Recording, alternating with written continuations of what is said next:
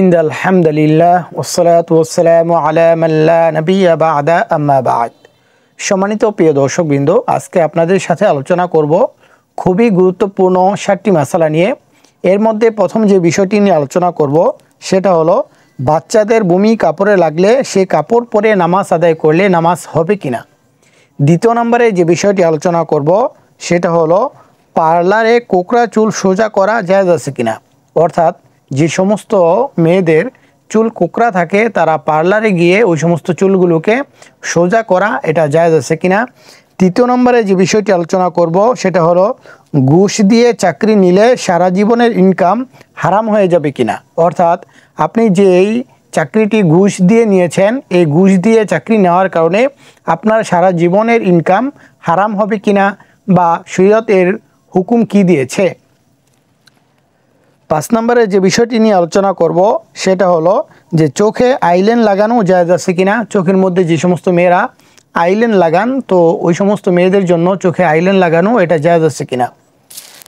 6 নম্বরে যে বিষয়টি আলোচনা করব বর্তমান আমাদের যুব সমাজের মধ্যে যে বিষয়টি অধিক পরিমাণ হয়ে থাকে, যুবক যুবতীরা যে সমস্ত কার্যকলাপ করে থাকে, মোবাইলে প্রেমিক প্রেমিকা কবুল বললে বিয়ে হয়ে যাবে কিনা। অনেক সময় দেখা যায় যে আমাদের সমাজের মধ্যে যে সমস্ত যুবতীরা একে অপরের সাথে প্রেম করে তারা অনেক সময় দেখা যায় যে অনেক ক্ষেত্রে একে অপরকে বিয়ের উদ্দেশ্যে কবুল বলে, তাহলে এই কবুল বলার কারণে তাদের পরস্পর বিয়ে হয়ে যাবে কিনা বা শরীয়তে এর বিধান কি। 7 নম্বরে যে বিষয়টি আলোচনা করব সেটা হলো বাচ্চারা নামাজের সময় সামনে চলে আসলে নামাজের কোনো সমস্যা হবে কিনা, অর্থাৎ অনেক সময় দেখা যায় যে মহিলারা বাসার মধ্যে বাচ্চাদেরকে পাশে রেখে নামাজ আদায় করে, অনেক সময় দেখা যায় যে অনেক সময় নামাজের মধ্যে বাচ্চারা নামাজের সামনে চলে আসে, তো এই নামাজের সামনে চলে আসার কারণে নামাজ নষ্ট হবে কিনা বা নামাজের কোনো সমস্যা হবে কিনা। তো সম্মানিত প্রিয় দর্শকবৃন্দ, আজকে আমাদের সর্বপ্রথম যে বিষয়টি নিয়ে আলোচনা করব সেটা হলো বাচ্চাদের বমি কাপড়ে লাগলে সে কাপড় পরে নামাজ আদায় করলে নামাজ হবে কিনা। তো সম্মানিত প্রিয় দর্শকবৃন্দ, বাচ্চাদের বমি হোক অথবা যে কোনো মানুষের বমি হোক, যদি সেটা বমি হয়ে থাকে আর কাপড়ের মধ্যে লেগে থাকে তাহলে যে অংশের মধ্যে বমিটা পড়বে ওই অংশটা নাপাক হিসেবে ধর্তব্য হবে। আর নামাজ আদায় করার জন্য যেহেতু শর্ত হলো যে পাক পবিত্র অবস্থায় এবং যে কাপড় পরে আপনি নামাজ আদায় করবেন ওই কাপড়টি পবিত্র হতে হবে, তো সেজন্য আপনাকে অবশ্যই যে জায়গার মধ্যে বাচ্চাদের বমি লেগে থাকবে ওই জায়গাটাকে আপনি শুধুমাত্র ওই জায়গাটাকে ধৌত করে যদি আপনি নামাজ আদায় করেন তাহলে আপনার নামাজ হয়ে যাবে, নামাজের মধ্যে কোনো সমস্যা হবে না বা পুরো কাপড়টি আপনাকে ধৌত করতে হবে না। তবে আপনাদের জন্য সহজ যদি হয়ে থাকে এরকম যে আপনি নামাজ আদায় করার জন্য নির্দিষ্ট একটি কাপড় রাখলেন, দেখা যায় যে অনেক সময় বাচ্চারা রেগুলারই বমি করতে থাকে, তো বারবার কাপড় ধৌত করা এটা খুবই বিরক্তকর হয়ে থাকে। তো সেই জন্য বলবো যদি আপনি পারেন তাহলে নামাজের জন্য একটি আলাদাভাবে একটি কাপড় রাখবেন, যখন নামাজের সময় হবে ওই সময় ওই কাপড়টি পরিধান করে আপনি নামাজ আদায় করবেন। এরপরে আপনি আপনার বাচ্চার দেখভাল করার জন্য ওই পুরাতন পোশাকটি পরে আবার বাচ্চাকে দেখভাল করতে পারেন। তবে যে কাপড়ের মধ্যে বাচ্চা বমি করেছে ওই কাপড় পরেও নামাজ আদায় করতে পারবেন, কিন্তু শর্ত হলো যে জায়গার মধ্যে বমি ভরেছে বা বমিটি লেগে রয়েছে ওই জায়গাটাকে আপনি ধৌত করে পরে নামাজ আদায় করতে হবে। দ্বিতীয় নম্বরে যে বিষয়টি নিয়ে আলোচনা করলাম যে পার্লারে কোকড়া চুল সোজা করা জায়েজ আছে কিনা। তো সম্মানিত প্রিয় দর্শকবৃন্দ, অনেক সময় দেখা যায় যে আমাদের সমাজের মধ্যে যে সমস্ত মেয়েদের চুল কোকড়া হয়ে থাকে তারা পার্লারে গিয়ে ওই সমস্ত কোকড়া চুলগুলোকে সোজা করে। তো এই যে চুলগুলোকে কোকড়া থেকে সোজা করা, যদি কোনো মেয়ের এরকম হয়ে থাকে যে সে কোনো অসুস্থতার কারণে তার চুল কোকড়া হয়ে গিয়েছে অথবা এই কোকড়া থাকার কারণে তার চলাফেরার মধ্যে কোনো সমস্যা হয়ে থাকে, কোনো সমস্যার কারণে যদি সে গিয়ে পার্লারে তার চুলগুলাকে সোজা করে তাহলে ইনশাল্লাহ আশা করা যায় এতে আপনার কোনো গুনাহ হবে না। তবে যে সমস্ত মানুষ সৌন্দর্য প্রদর্শনের জন্য যে তার সৌন্দর্যটাকে সে বৃদ্ধি করবে এরকম কোনো আশায় করে থাকে তাহলে সেক্ষেত্রে বলবো যে এরকমটা না করাই ভালো। তবে যদি আপনি আপনার যে সমস্ত সমস্যাকে সমাধান করার জন্য যদি হয়ে থাকে যে আপনার কোনো রোগের মধ্যে ভুগতেছেন, তো রোগের কারণে আপনার এই চুলটা কুকড়া হয়ে গিয়েছে, অথবা আপনার জন্মগতভাবেই চুলটি কুকড়া ছিল, এখন এর কারণে আপনি সমস্যায় ভুগতেছেন, তো এর কারণে আপনি সোজা করতে পারেন, এতে আপনার কোনো সমস্যা হবে না ইনশাআল্লাহ।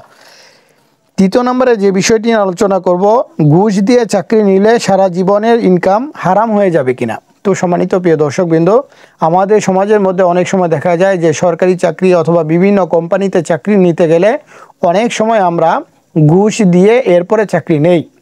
তো ঘুষ দিয়ে যখন চাকরিটি নিলাম, তো এরপরে যখন আমাকে প্রতি মাসে আমার স্যালারি হিসাবে যে টাকাটা আমাকে দেওয়া হবে, ওই টাকাটা হারাম হবে কিনা।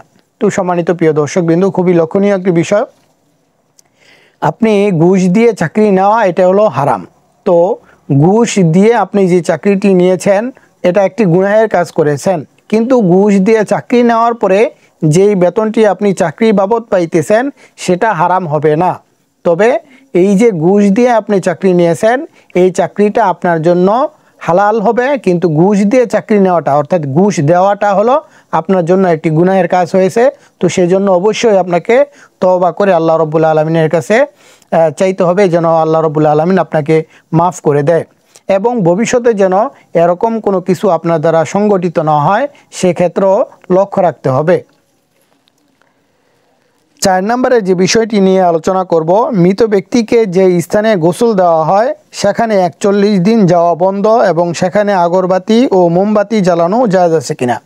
তো সম্মানিত প্রিয় দর্শকবৃন্দ, এই বিষয়টি আমাদের সমাজের মধ্যে অনেক সময় আমরা করে থাকি যে মৃত ব্যক্তিকে যে স্থানের মধ্যে গোসল দেওয়া হয় ওই স্থানটিকে একটি বেষ্টনীর মাধ্যমে বন্ধ করে দেওয়া হয় যেন ওই জায়গার মধ্যে কোনো মানুষ যেতে না পারে, এবং 41 দিন পর্যন্ত ওই জায়গার মধ্যে সন্ধ্যাবেলা মোমবাতি আগরবাতি ইত্যাদি লাগানো হয়। তো এই সমস্ত জিনিস কোরআন হাদিস ভিত্তিক কিনা বা কোরআন হাদিসে এর কোনো বিধান আছে কিনা এরকম করার। তো সম্মানিত প্রিয় দর্শকবৃন্দ, এরকম করাটা কোরআন হাদিসে কোনো প্রমাণিত নয় বা এরকম করাটা কোরআন হাদিসে জায়েজ বলা এটা ধর্তব্য নয়, অর্থাৎ এটাকে জায়েজ বলেনি। কিন্তু এই যে কাজটি চলে এসেছে এই কাজটি হিন্দুদের কাছ থেকে চলে এসেছে, এরকম কাজ বিশেষ করে হিন্দুরা করে থাকে। তো এই হিন্দুদের রেওয়াজকে মুসলমানদের মধ্যে আনা এটা একটি কুসংস্কার। তো এই সমস্ত জিনিস থেকে অবশ্যই আমাদেরকে বেঁচে থাকতে হবে। তো আল্লাহ রাব্বুল আলামিন আমাদের সকলকে এই সমস্ত জিনিস থেকে বেঁচে থাকার তৌফিক দান করুন। 5 নম্বরে যে বিষয়টি নিয়ে আলোচনা করব, চোখে আইল্যান্ড লাগানো জায়েজ আছে কিনা। অনেক সময় দেখা যায় যে মেয়েরা চোখের মধ্যে আইল্যান্ড লাগায়, তো এই যে আইল্যান্ড লাগানো এটা জায়েজ আছে কিনা। তো সম্মানিত প্রিয় দর্শকবৃন্দ, চোখের মধ্যে আইল্যান্ড লাগানো এটা জায়েজ আছে যদি এরকম হয় যে কোনো স্ত্রী তার স্বামীকে তার সৌন্দর্য প্রদর্শনের জন্য চোখে আইল্যান্ড লাগায়, অথবা সে আইল্যান্ড লাগানোর পরে যারা মাহরাম রয়েছে তো ওই মাহরামের সামনে সে যায়, তাহলে তার জন্য এটা জায়েজ। কিন্তু যদি এরকম হয় যে চোখে আইল্যান্ড লাগানোর পরে গায়রে মাহরাম যারা রয়েছে তাদের কাছে সে সৌন্দর্য প্রদর্শনের জন্য বাহিরে চলাফেরা করবে, এই জন্য আইল্যান্ড লাগানো এটা জায়েজ হবে না। 6 নম্বরে যে বিষয়টি আলোচনা করব খুবই গুরুত্বপূর্ণ আমাদের যুব সমাজের জন্য, যে মোবাইলে প্রেমিক প্রেমিকা কবুল বললে বিয়ে হয়ে যাবে কিনা। তো সম্মানিত প্রিয় দর্শকবৃন্দ, এই বিষয়টি কিন্তু আমাদের সমাজের মধ্যে অহরহ হইতেছে। প্রতিদিন মনে করেন যে এই বিষয়টি নিয়ে আমাদের সমাজের মধ্যে কার্যকলাপ হচ্ছে, যে ছেলে মেয়েকে মোবাইলে কবুল বলতেছে, ছেলে মেয়েকে বলতেছে, মেয়ে ছেলেকে বলতেছে। তো এর দ্বারা বিয়ে হয়ে যাবে কিনা। তো সম্মানিত প্রিয় দর্শকবৃন্দ, বিয়ে কিন্তু এত সহজ জিনিস না যে আপনি মোবাইলে কবুল বললেন আর বিয়ে হয়ে গেল। বিয়ে হওয়ার জন্য শরীয়তসম্মতভাবে শর্ত হলো যে ছেলে মেয়ে স্বামী স্ত্রী বিয়ে হওয়ার জন্য শর্ত হলো দুজন সাক্ষীকে সামনে রেখে তাদের কবুল বলতে হবে, এবং দুজন সাক্ষী তাদের বিবাহ হয়েছে এটা সাক্ষ্য দিতে হবে যে হ্যাঁ তারা দুজন সাক্ষীর মাধ্যমে বিবাহ বন্ধনে আবদ্ধ হয়েছে। যদি সাক্ষী ছাড়া তারা শুধু মুখে পরস্পর একে অপরের সাথে কবুল বলে, এর দ্বারা কিন্তু বিবাহ হবে না। আবার অনেক সময় দেখা যায় যে আমাদের যুব সমাজের মধ্যে স্বামী স্ত্রী অথবা প্রেমিক প্রেমিকা তারা একে অপরের সাথে কবুল বলে এবং আল্লাহ রাব্বুল আলামিনকে সাক্ষী রাখে, আসমান জমিনকে সাক্ষী রাখে। এই সমস্ত জিনিস করার দ্বারাও কিন্তু তাদের বিবাহ সহি হবে না বা শুদ্ধ হবে না। আর এর পরে তারা একসাথে থাকাটাও তাদের জন্য জায়েজ হবে না, কারণ যেহেতু তাদের বিবাহ এর কারণে সংগঠিত হয় না। তো আল্লাহ রাব্বুল আলামিন আমাদের এই সমস্ত জিনিস থেকে, শয়তানের এই সমস্ত জিনিস থেকে আমাদেরকে বেঁচে থাকার তৌফিক দান করুন। 7 নম্বরে যে বিষয়টি আলোচনা করব, যে বাচ্চারা নামাজের সময় সামনে চলে আসলে নামাজের কোনো সমস্যা হবে কিনা। তো সম্মানিত প্রিয় দর্শকবৃন্দ, আমাদের যে সমস্ত মা বোনেরা বাসার মধ্যে নামাজ আদায় করেন, তো বাসার মধ্যে নামাজ আদায় করার সময় অনেক সময় দেখা যায় যে বাচ্চারা নামাজের সামনে চলে আসে। তো বাচ্চারা নামাজের সামনে চলে আসার কারণে আপনাদের নামাজের কোনো সমস্যা হবে না বা নামাজটি আপনার ভঙ্গ হবে না। কিন্তু যদি বাসার মধ্যে এরকম কোনো লোক থাকে যার কাছে রেখে আপনি নামাজটি আদায় করতে পারবেন, আপনার নামাজের প্রতি খুশু বাড়বে, তাহলে সেক্ষেত্রে আপনার জন্য করণীয় হলো, আপনার বাচ্চা যদি ছোট থাকে, সেই ছোট বাচ্চাকে বাসার মধ্যে যে রয়েছে তার কাছে রেখে আপনি নামাজটি আদায় করবেন, এটা আপনার জন্য উত্তম হবে। তো আল্লাহ রাব্বুল আলামিন আমাদের সকলকে এই 7টি মাসালাকে সুন্দরভাবে বুঝে আমল করার তৌফিক দান করুন, আমিন। আর ইসলামিক যে কোনো প্রশ্ন বা যে কোনো বিষয় জানতে হলে অবশ্যই আমাদের ভিডিওর নিচে কমেন্টের মধ্যে আমাদেরকে জানাবেন। যে কোনো বিষয় জানার জন্য আপনাদের প্রশ্ন আমাদের কাছে খুবই মূল্যবান। আপনারা আমাদের কাছে আপনাদের প্রশ্নগুলোকে অবশ্যই কমেন্টের মধ্যে জানাতে পারেন। আপনাদের প্রশ্নের উত্তর ইনশাআল্লাহ প্রত্যেকটি উত্তরকেই আমরা দেওয়ার চেষ্টা করব। এবং এই ইসলামিক ভিডিও প্রতিদিন পেতে হলে অবশ্যই আমাদের চ্যানেলটিকে আপনারা সাবস্ক্রাইব করে রাখবেন, যেন প্রতিদিন নিত্য নতুন ইসলামিক প্রশ্ন উত্তর আপনাদের সামনে চলে আসে এবং এই সম্পর্কে আপনারা অবগত হন।